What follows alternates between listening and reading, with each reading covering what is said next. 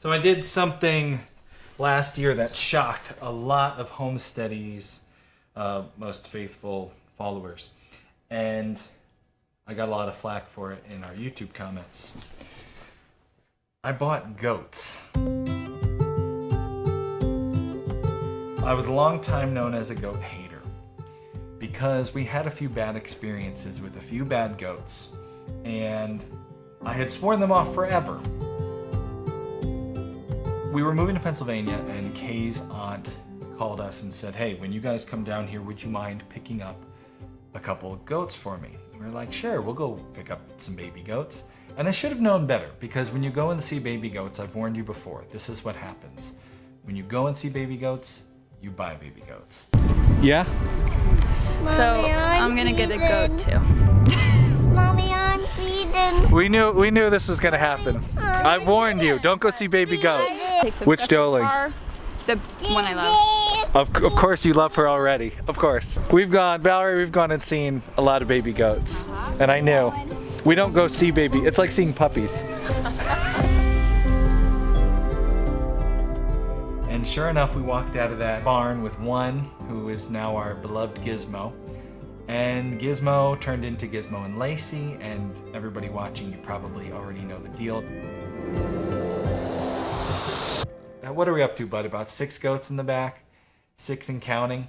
The reason of getting goats, that they're cute, that was a nice reason, but as a homestead, we needed more reasons, right? So we thought, okay, well, we have goats, we'll do the goat's milk, right? And now we have all these babies, and they're all jumping around, and we have all these does that are in milk right now. And for those of you homesteaders who have been down this road before, you know it's coming. You start milking your animals. We have a couple cows that are going to be coming into milk soon. Eventually, we're going to be overrun with milk. And we're going to be doing what most homesteaders do in this position, saying, what am I going to do with all this milk? I have goat's milk, I have cow's milk, and I have a big family. We're going to drink it, we're going to use it in cereal, but eventually you run out of ways to eat milk before it goes bad. And this is where our guest was way back when she began with her goats.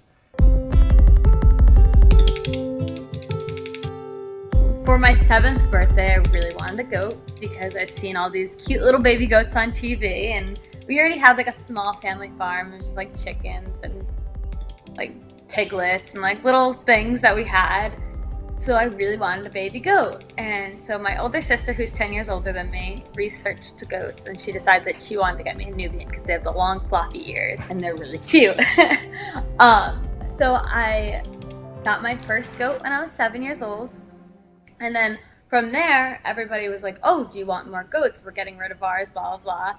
So by the time I was 9 years old, I had 15 goats, bred them all, and they were all in milk.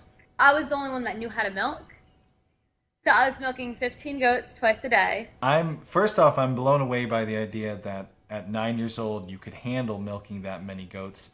I just started so my wife does the cow milking at our homestead. But with our little goat operation, which just got started here, and we've been trying to get goats in milk for years. We attempted with goats before we got our cows. We gave up because we had some bad experiences and things just didn't go right. A lot of learner's curve, which you probably remember back when you were like 8. Yeah. So we went through a lot of that kind of learner's curve. We gave up. We went to cows, and we really like cows. We actually wound up getting back into goats, partially because it was another thing to have on the homestead. When the cows dried off, we were going to run out of milk. But this is our first time back in milk, and it's actually my first time being more involved with the actual milking. And right now I'm working with my 7-year-old daughter, just teaching her. And the first morning of milking, one goat.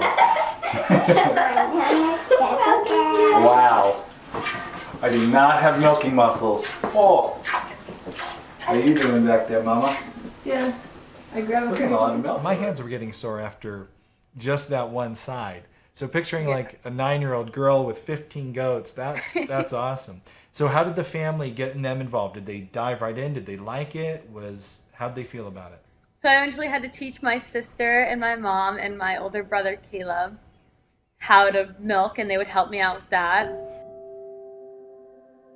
With that becomes 15 gallons of milk a day because I had a lot of Nubian goats and they all produce a gallon of milk a day. So I had so much milk. I was like, what do I do with all this milk? As every dairy farmer comes across at one point or another. And I started looking up on YouTube and Google like what you could do with goat milk.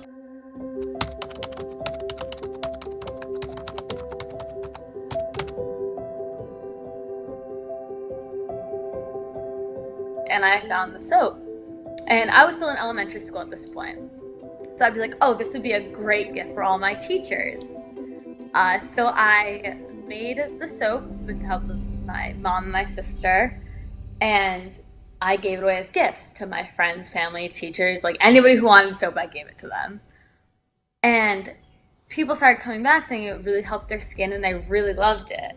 And it shocked me because I didn't know that it was good for your skin. I just made it because it was a fun thing to make. So I started really researching it and I made my own recipe. And then I started selling it at farmers markets and it kind of just took off from there. That's incredible.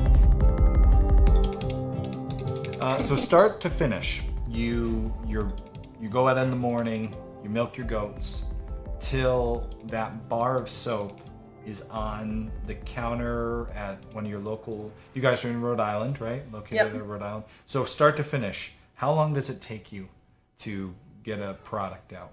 We have a supply of soap because we make it all the time, so we always have some ready. Yeah. So we can get stuff out pretty fast, but it does, like if you were starting from the very beginning to get something out, it would take at least 2 weeks to do. That's pretty incredible because we've been homesteading and trying to run a farm business. Back when we were in Connecticut, we were actually trying to become a farm. I was going to do the whole farmer thing. And a couple of seasons of trying that, I gave up. But we still always tried to become a profitable homestead where, you know what, we were going to produce something that we wanted, and then we were going to share that with our community and at least make our homestead profitable, which was what we did our show on last week, just having a profitable homestead. And everything that we tried usually was in the meat category because I like raising meat. We started with meat chickens. So we did a couple batches of meat chickens. We eat chicken at least once a week. Sometimes we'll have it for dinner and then the next day we'll have the leftovers for lunch. This year we raised Rangers and Cornish crosses. Meat chickens take 2 months, start to finish to get to your, from your chicks to the freezer. Pigs, which I think are a great way to put a lot of meat in the freezer quickly, they take 6 months. And then you get to some of the other animals, it's, even longer. And we have interviewed, doing the podcast, a lot of different people trying to make money from homesteading. We talked to one of my favorite longtime guests, Elaine from Old Homestead Alpacas. And she was telling us that alpacas, if you're making fiber takes from, the alpaca harvesting the fiber from it to having a ball of yarn that you can sell years if you're a small scale producer. So 2 weeks is kind of a really nice turnaround. Yeah.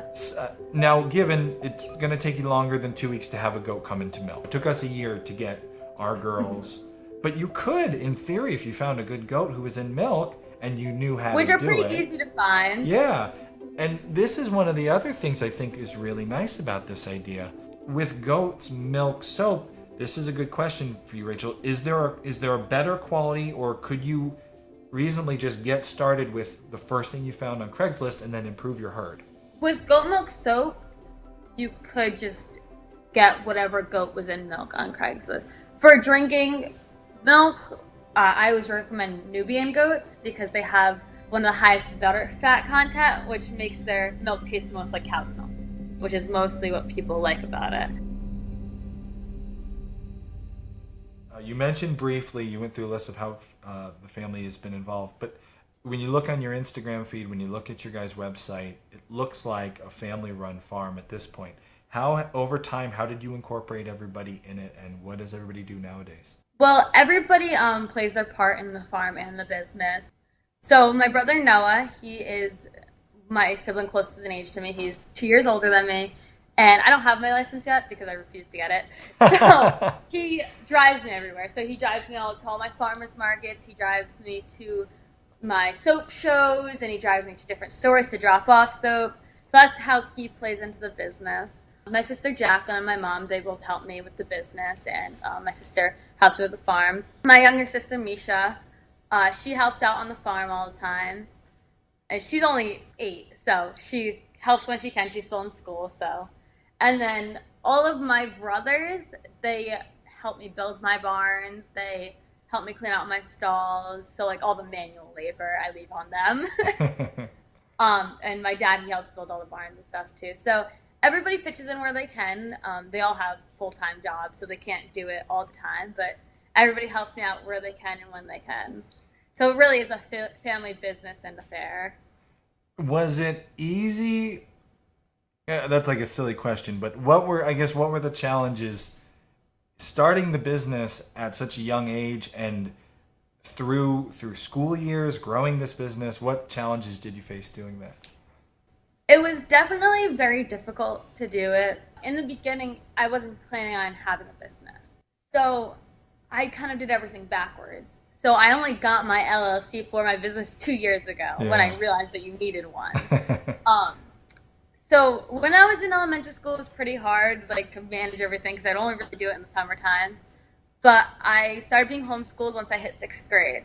So I've been doing the business and my farm and schooling, obviously, full time. And I graduated this year. So throughout the years of being homeschooled, it was definitely a lot easier with being homeschooled because I could manage my time a lot better. So I always recommend homeschooling for anybody who works on a farm or has a business or anything because it's just a lot easier.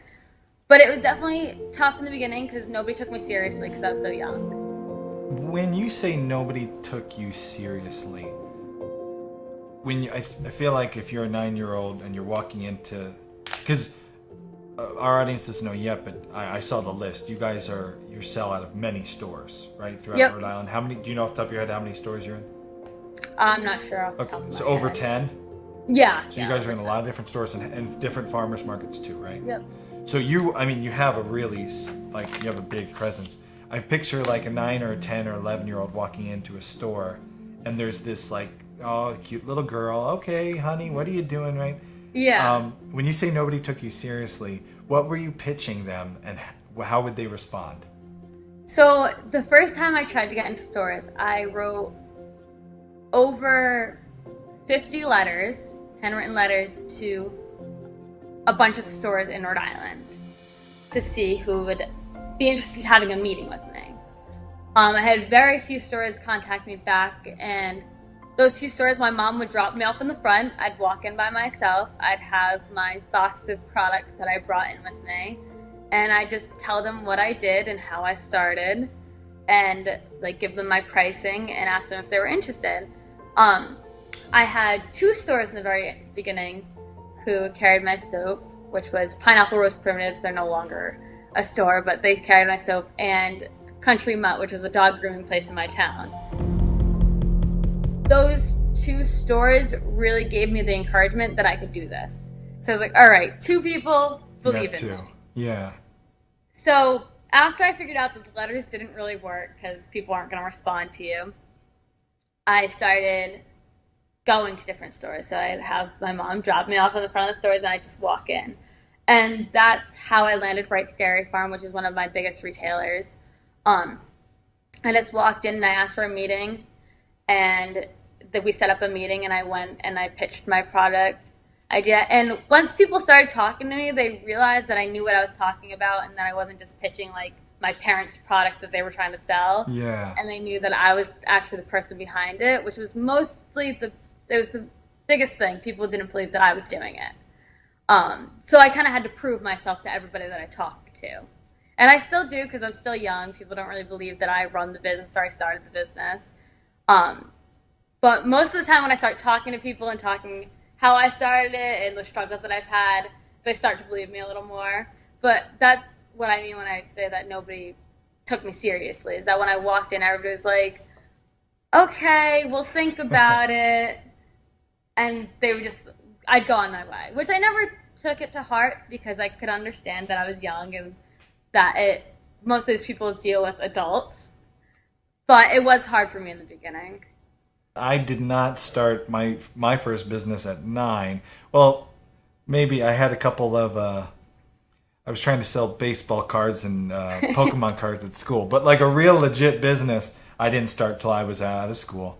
But still, when you start your first business, whether you're 9 or you're 29, you still can feel not worthy, right? You're in those. You get that elevator pitch moment, and you're nervous. You're so even if you're not, if you're a grown man, you still might feel like you're maybe a 9-year-old little boy or little girl.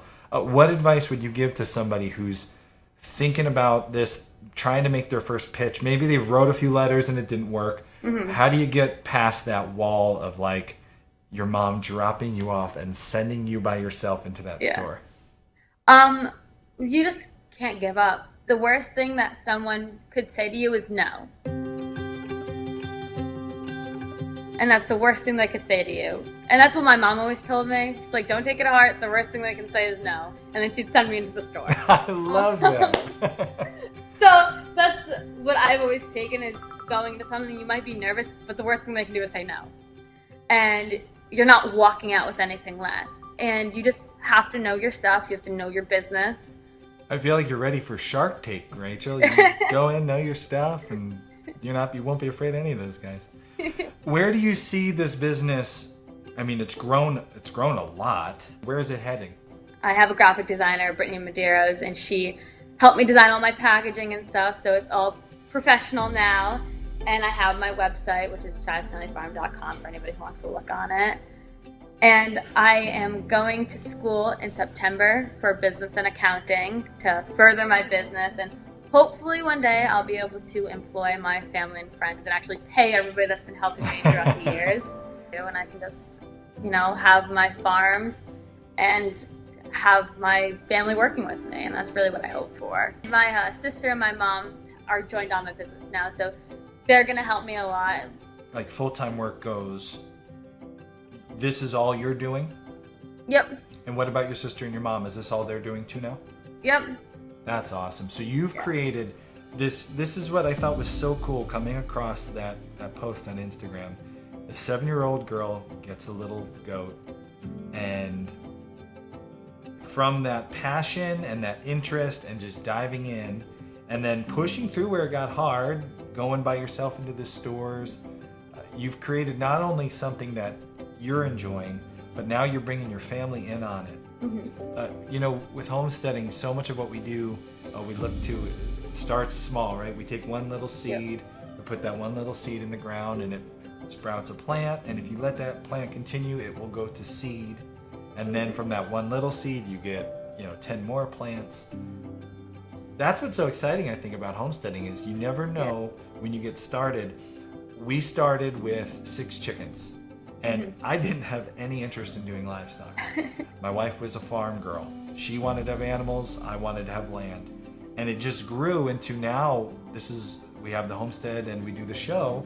And this is our full-time thing. My wife and I work from home with our family.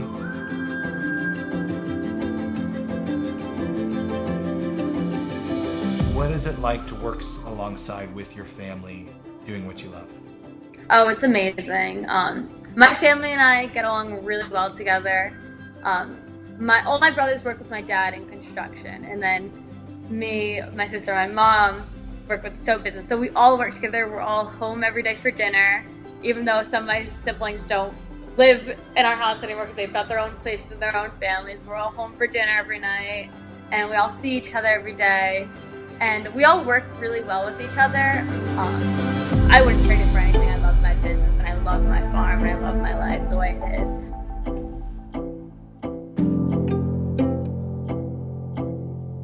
If you want to learn more about Rachyl or purchase any of her products, head over to travisfamilyfarm.com or click on the links below. Believe it or not, this was not even half of my entire interview with Rachyl. We talked about how to make goat's milk soap, how to balance school and running a business, and a whole lot more. If you want to hear the entire extended interview, click here to become a Homesteady Pioneer. You get instant access to this entire interview, as well as all our other Live from the Barn Pioneers episodes.